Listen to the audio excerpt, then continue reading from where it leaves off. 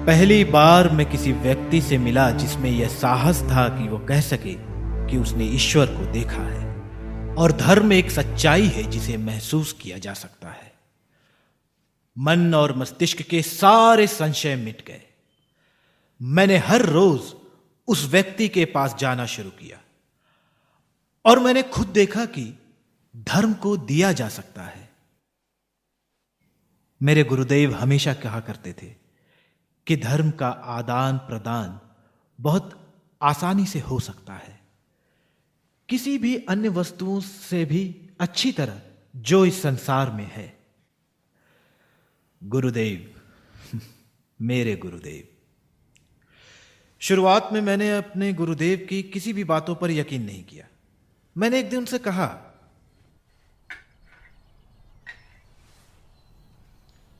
भगवान के स्वरूप और इस तरह की और चीजें जो आप अपनी दृष्टि से देखते हैं सभी आपकी कल्पना के हिस्से हैं।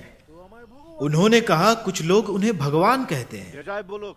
मैंने कहा, चाहे हजारों लोग आपको भगवान कहकर पुकारें, लेकिन मैं निश्चित तौर पर आपको भगवान कहकर नहीं पुकारूंगा जब तक कि मुझे यह मालूम ना हो कि यह सही है।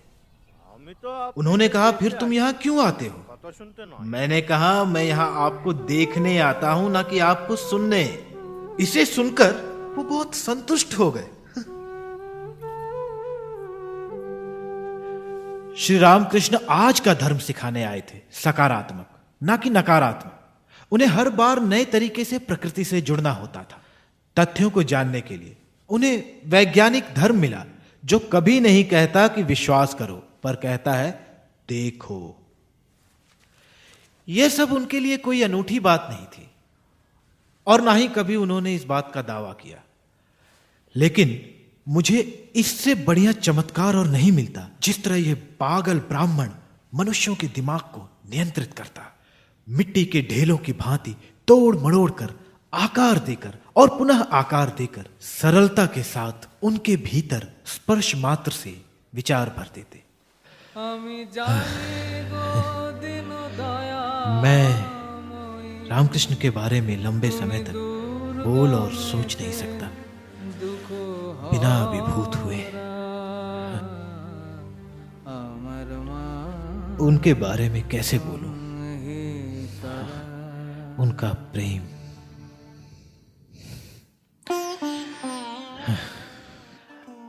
एक बार हमने अपनी जानी मानी किताबों, वेदों, बाइबल, कुरान के बारे में बातचीत की।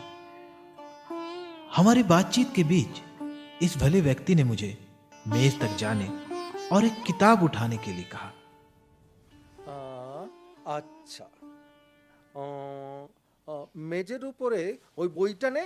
ये किताब अन्य चीजों के साथ थी जिसमें पूरे साल की बारिश का पूर्वानुमान था। ना ना ना, आइटा ওইটা ने? ज्ञानी व्यक्ति ने कहा, इसे पढ़ो। मैंने बारिश की मात्रा के बारे में पढ़ा जो गिरने वाली थी। এবার পড়। ভাদুরের মেঘ বিপরীত বায়, সেদিন ঝড় বৃষ্টি হয়।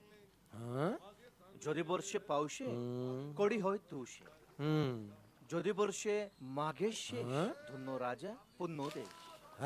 फिर उन्होंने कहा, अब इस किताब को लो और निचोड़ डालो। ভালো করে নিংড়া। কি? ভালো করে নিংড়া। मैंने वैसा ही किया और उन्होंने कहा, क्यों मेरे बच्चे, एक बूंद पानी भी बाहर नहीं आ रहा? কি?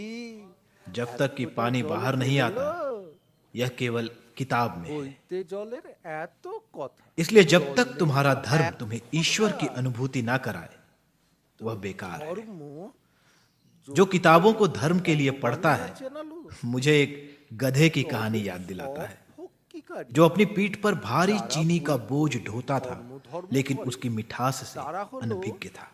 সেই এই গল্পের গাধার মতো যে চিনির বস্তা বয়ে বেড়ায় কিন্তু চিনির স্বাদ জানে না। কি ও গাধা?